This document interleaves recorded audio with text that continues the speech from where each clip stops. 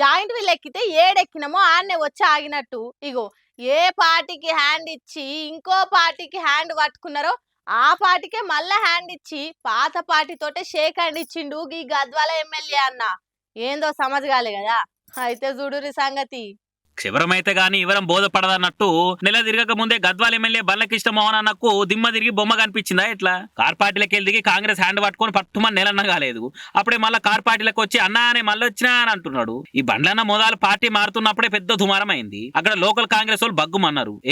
నేను పార్టీ మారతలేను అని అన్నాడు. మళ్ళీ అంటే ఇంకా ఏమైందో ఏమో కానీ కార్లకి వెళ్ళి కాంగ్రెస్ తీర్థం పుచ్చుకున్నాడు. మళ్ళీ అలా అసెంబ్లీలో కేటీఆర్ మాటలకు మంత్రముగ్ధుడైందో ఏందో గాని రామన్న తప్పైంది, నేను మళ్ళీ కార్ పార్టీలనే ఉంటా, కాంగ్రెస్ నాకు మంచిగా అనిపించలేదు, నేను మళ్ళీ వస్తా అంటే సరే తప్పు తెలుసుకున్నావు కాబట్టి వస్తానంటే మేమెందుకు వద్దంటామని రామన్న కూడా రమ్మన్నాడు. దీంతో కార్ పార్టీ నుండి బీఆర్ఎస్ దెబ్బకు కాంగ్రెస్ అబ్బా అని ఎంబటే ఎక్స్ లో రాసుకొచ్చిరు. అయితే కృష్ణమోహన్ అన్న అనర్హత వేటుకు భయపడే మళ్ళీ సొంత గూట్లకు వచ్చిందని అంటారు కొందరు. ఇలా హైకోర్టులో పార్టీ మారిన ఎమ్మెల్యేల అనర్హత పిటిషన్ల మీద వాదనలు నడుస్తున్నాయి. ఎన్నటికైనా మోసమే అవుతుందని బుగులు పట్టడం ఏందో గానీ మళ్ళీ పాత గూట్లకేసి వచ్చిందని అంటున్నారు. మరి ఒకనాటి భాగవతానికి మూతి మీసం కొరిగించుకున్నట్టు గాయంత్రానికి పార్టీలు మారి బద్నం అవడేందుకే అన్న? నిన్ను నువ్వు మోసం చేసుకున్నాడే కాక నిన్ను నమ్మి ఓటేసిన జనాలను కూడా డోకా వేసిపోతివి. నువ్వనే కాదు పార్టీలు మారే అందరికీ ఇదే వర్తిస్తుంది.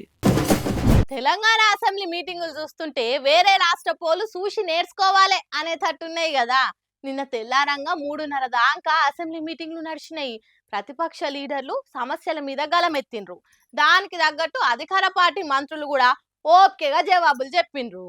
తెలంగాణ అసెంబ్లీ మీటింగ్లు తెల్లవార్లు మ్యారథాన్ లెక్క నడిచిందని చెప్పొచ్చు. నిన్న పొద్దుగాల సురువైన అసెంబ్లీ అలా తెల్లారంగా 3:00 దాకా నడిచింది. అంత రాత్రి కూడా పద్దుల మీద గట్టి చర్చలు నడిచినాయి. దానికి తగ్గట్టి అధికార పార్టీ మంత్రులు కూడా ఓపికతో జవాబులు చెప్పిర్రు. అయితే ఒక్కనాడే 19 పద్దుల మీద చర్చ పెట్టి అన్నిటిని ఆమోదించుకోవాలని సర్కార్ అసెంబ్లీని తెలంగాణ నడిపిందని అంటున్నాడు కేటీఆర్ సారు. దానికి శాసనసభ వ్యవహారాల మంత్రి శ్రీధర్ బాబు సార్ ఉండి సుదీర్ఘ ప్రసంగాలు వద్దు, ఏదైనా క్లుప్తంగా చెప్తే ఎప్పుడో అయిపోయేది, మీరు మాట్లాడానికే ఎక్కువ టైం తీసుకోరనే వరకు మేము కూడా ఏకీభవిస్తున్నాం, బరాబర్ సుదీర్ఘ ప్రసంగాలు వద్దు, కాకుంటే వచ్చే అసెంబ్లీ మీటింగులు 20 రోజులైనా పెట్టుకుందాము, రోజుకు 2-3 పద్ధతుల మీద చర్చ పెడదాము, హడావిడిగా ఒక్కనాడు అన్ని బిల్లుల మీద చర్చ పెట్టుకున్నాడు వద్దని సర్కారులకు సూచన చేసిండు కేటీఆర్ సారు. ఇక అసెంబ్లీని ఎక్కువ రోజులు నడిపిస్తే మా సహకారం కూడా ఉంటది, అందరం కూడా సభను చక్కగా నడిపించుకుందామని అనుకొచ్చిండు.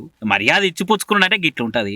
కానీ కొన్ని రాష్ట్రాల అసెంబ్లీ మీటింగ్లు ఉంటాయి అమ్మా, అవి ఇక బాయికాడ్ నీళ్ల పంచాయతీ కంటే ఘోరం ఉంటాయి. నీళ్ళు వస్తలేవని ఒకలంటే నువ్వు 3 పెళ్లిలు ఎందుకు చేసుకున్నావని ఇంకొకరు అంటారు, రోడ్లు లేవని ఒకలంటే నీకు గుప్త రోగాలు ఉన్నాయట కదా అని ఇంకొకరు తిట్టిపోసుకుంటారు. రేపు జనాలు ఎట్లా బతకాలని అడిగితే రేపు చేస్తారా, అంత దమ్ముందా మీకు అని అడిగే లేడీ లీడర్లు కూడా ఉన్నారు. అసొంటోళ్ళంతా తెలంగాణ అసెంబ్లీ మీటింగ్లను చూసి నేర్చుకోవాలని అంటున్నారు. ఇంత మంచి అసెంబ్లీలో చర్చలు జరగడం చూసిన వాళ్ళు.